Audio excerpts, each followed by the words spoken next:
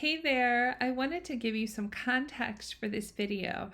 So it was filmed 18 years ago. It's a flash from the past. It was 2005, and it was even the year that YouTube began. So in this interview, I'm talking about meditation, and this particular show that was filmed in Denver was focused on helping people with anxiety and depression. And of course, meditation has really been shown to be beneficial for reducing stress, for increasing our overall well-being, and just for helping us to navigate, the ups and downs of life with greater ease. So I thought that this conversation was an interesting one. I thought I would finally share it. Today, I have Lisa Guyman. She is a certified Deepak Chopra Primordial Sound Meditator instructor, and she is an author on the subject of meditation and has produced a guided meditation CD. Hi, how you doing today? Hey, I appreciate you coming. What I wanted to do today is to discuss meditation, not so much as an alternative treatment per se for depression, but how can meditation help somebody that is in a depressed state? How can it help them perhaps calm the wild thoughts or things like that? I guess the best thing we should do probably is, can you explain what meditation, especially the type of meditation that you give or teach, is? Okay, well, meditation is actually a very practical process. It is a spiritual process as well, but two very important things happen in meditation, which most people don't realize.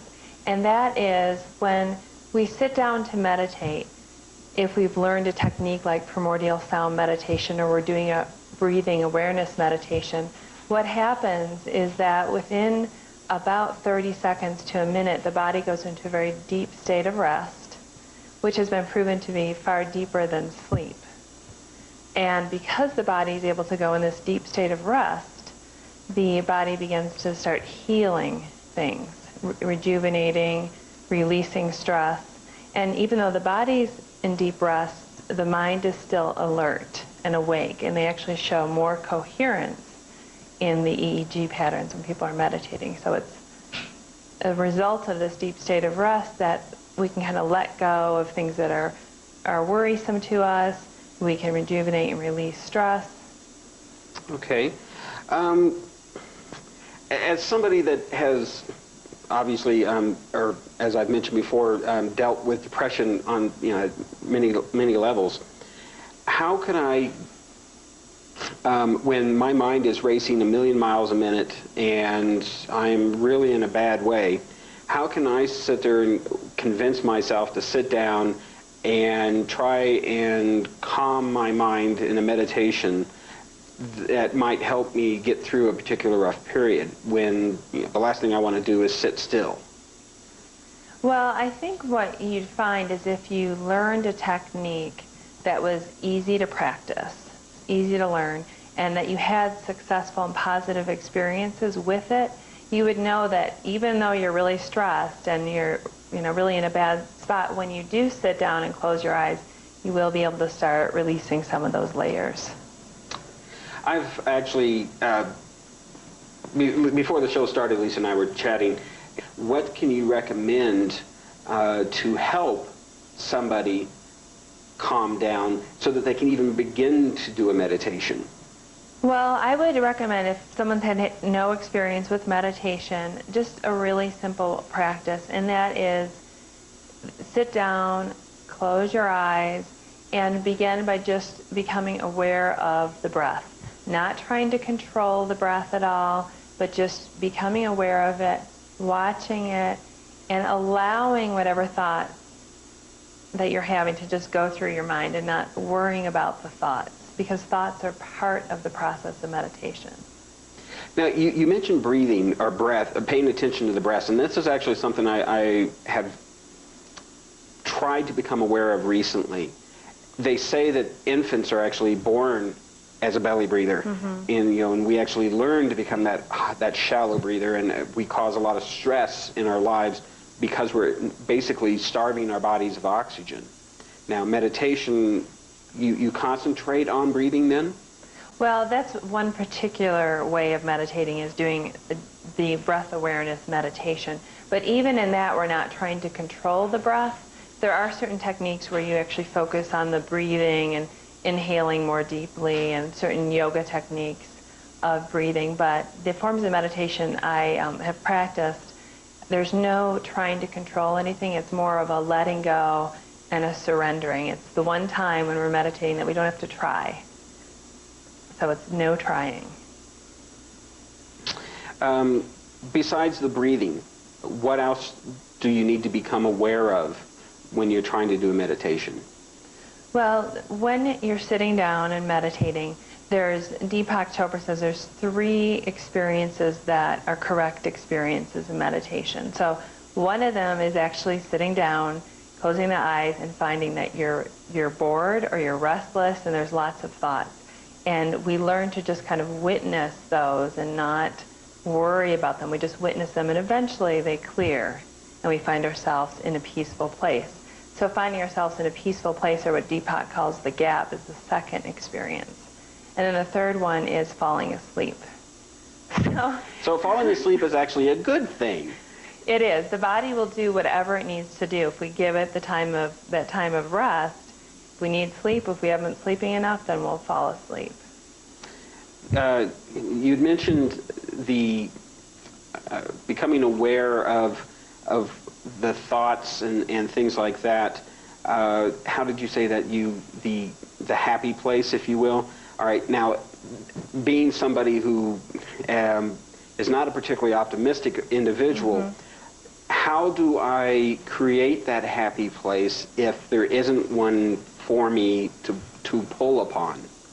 You know, the reality is, if you're really depressed, the last thing on your mind are happy thoughts. And I actually had somebody tell me that once, oh, just think happy thoughts. And my response was, I'm not Peter Pan. You know, a happy thought just is the last thing that's going to go on in my head. And even though I'm trying to concentrate or to relax, and, you know, how does a person visualize a happy thought? Well, in the actual practice of like Primordial Sound Meditation, which is a mantra-based meditation, I'll explain that a little bit later, but when you're using a mantra in meditation, the idea isn't to control the thoughts at all or to try to have good thoughts. It's really using this other sound, which is a distraction for your thoughts. And because it distracts your regular thought pattern and whatever you might be worrying about, it allows you to drop into a place where there is existing quiet within you. So you'd mentioned the mantra, and like I do know a little bit about this stuff. And there's certain sounds, certain frequencies. I've actually listened to a few of Deepak's tapes and things like that.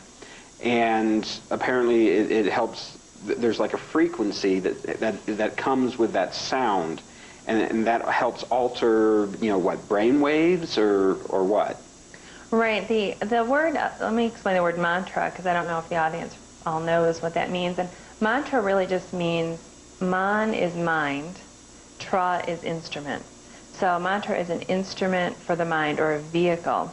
And the mantras in like Primordial Sound Meditation or Transcendental Meditation come from Sanskrit. And they are just a sound, a certain vibration, like you were talking about. And that vibration is helpful for taking us within and taking us to that space. Because all words are vibrations, and the mantras are just a different type of vibration. What's say a typical sound? You know, can you give the audience an idea of what, you know, everybody I think has that stereotypical om. You know, you see those, you know, the old wacky lady and all the beads and, you know, right. the flower dresses, you know, and they're just in their om. Is that what we're talking about, or? Well, these meditations are actually silent practices, so everything you do is completely internal. But om is a mantra. So hum is a mantra that Deepak recommends. If you haven't gone to a structured course, you can use. What is that? So hum. So hum. So that's something you use, and you use it silently. But if you're saying it's a silent meditation, right. internally. So you're basically, just within your mind, you're saying Om. Right. But you're not verbalizing it. But the mind, the mind doesn't know the difference between the two, is what I'm asking. Is well, that true? I think what happens, I don't know, I think when we're vocalizing it, it has a certain effect, but it tends to take us outward. Because we're hearing sound, we're initiating muscle activity just by saying the word Om. But when we're doing it internally, we're kind of reducing all activity, so it becomes quieter and is able to take us within. How do we know if we're doing it right? I mean, you know, it's one of those things where obviously this is something you can do anywhere, anytime. How do you know if you're actually getting it right? You know, you're an instructor in this, obviously, so, you know, how do you explain to a student this is the right way? Well, there's two things I tell them. One is that you want to give it time. You want to practice consistently over time. Because if you just meditate once, you're not going to see much results. But you know you're doing it right if results and benefits are showing up in your life. So it's not so much about sitting and having this perfect meditation, this bliss, but how does it impact your life? Are you more peaceful in your life? Are you happier? What are some of the benefits? You just mentioned, you know, perhaps more peaceful, happier. What else kind of, what kind of things, what kind of signs should people be looking for that it is in fact working? Well, I'm glad you asked that question, because there's actually so much research on meditation that people aren't aware of, and that's one of the things I really want to communicate to the world, is there's so many benefits to meditation, and there's actually over 1,000 published articles on meditation, journal articles, showing the many different benefits, including, you know, on a mental level, they found actually IQ will increase, creativity will increase, the ability to react and respond quicker to things in the environment increases. And meditators, if there is a stressful event, they respond to it, and then their bodies return to normal much quicker. So those are a few of the benefits. And then on a health level, they've shown that meditators actually can reduce or reverse their biological age. Really? I mean, I've heard you can, you know, do things like reduce your blood pressure, and, you know, other than that, I mean, like, that's the only thing I can think of that I've actually consciously made an effort to try and do, and it does help, and that in turn helps reduce stress, which in turn can help reduce a depressive state. Right. Because so much of the depression comes about through the stress and the fear that, for whatever reason, are present. So, will meditation help reduce fear? Could it help reduce fear? Well, they do say meditation, and they've done research on this piece, that it increases self-confidence. And I think when we're more self-confident, we're not as fearful. They have shown that meditation also does reduce depression and anxiety.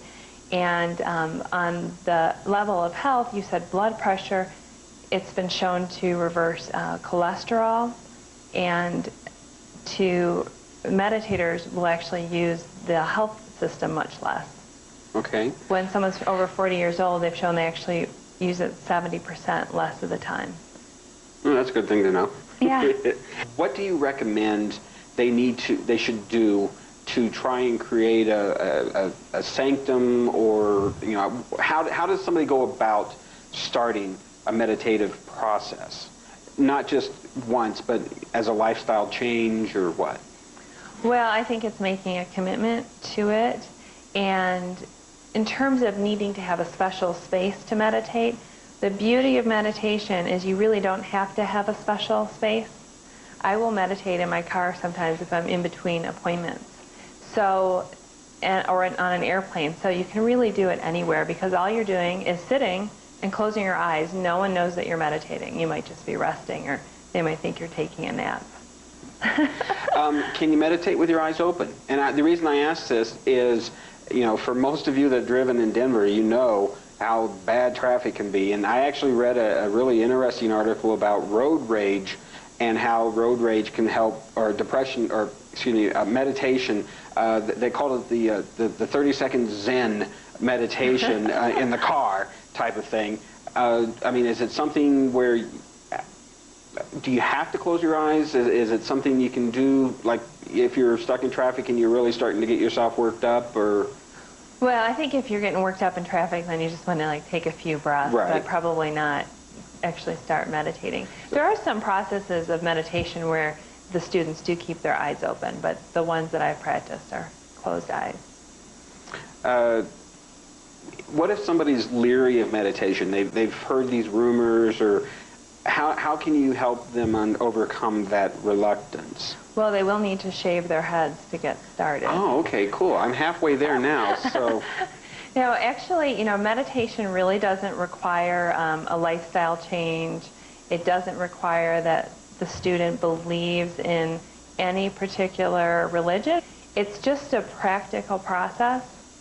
It's not a lifestyle. Now, it can become that, but the forms of meditation I teach or a breathing awareness practice, they're not attached to any spiritual practices per se. They're not Buddhist or Zen or.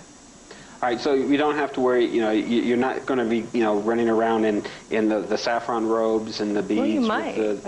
Well, yeah. I mean, obviously, but the idea is it's not going to totally change your lifestyle in that particular creation or way.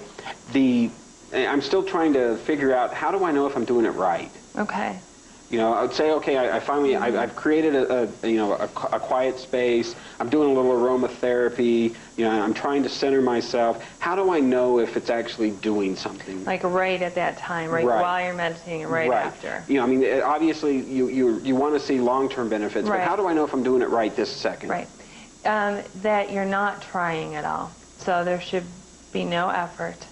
And I actually give people symptoms of correct meditation. So the symptoms of a correct meditation might be that the person notices that their arms and their legs feel heavier because the respiration is slowing down so much that there's a feeling of heaviness.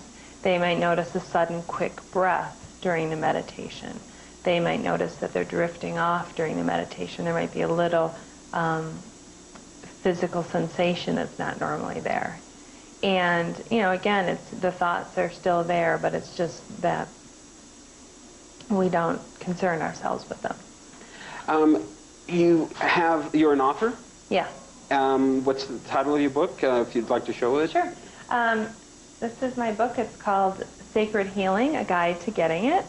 And there you go. There we go. Yeah. And I wrote a chapter for this book called Journey into Meditation, a Roadmap for Healing and Wholeness, addressing all those common concerns people have of whether or not they're doing it right, and there's too many thoughts, they must not be meditating, all those types of things I've included in this chapter. And there's also 9 other chapters on ways of finding wholeness and healing. And then I also have a CD, which is Journey into Meditation. There you go. Guided Meditations for Healing, Insight, and Manifestation. So there's 3 different meditations on there, and it's my voice with some gentle music leading people into a meditative state. So it's different than a silent meditation, but it can be really effective. Mm-hmm. I offer Reiki classes, whole nother thing, and life coaching. Okay. Well, we're getting close to the end of time here, and what can you recommend? What do you recommend for somebody to force themselves, even when that's the last thing that they want to do? Well, I would say doing some type of guided meditation. There's a lot. Deepak Chopra has a couple CDs out as well, because they're either just putting it on, they're pressing play, and then they can let go. I really want to thank you for coming today. It's really interesting, and I hope that we can figure out how to calm that mind down and help people get out of the depressive state that they can use alternative treatments for as well. And is there any last comments you have? Thank you for having me on today. I've really enjoyed it.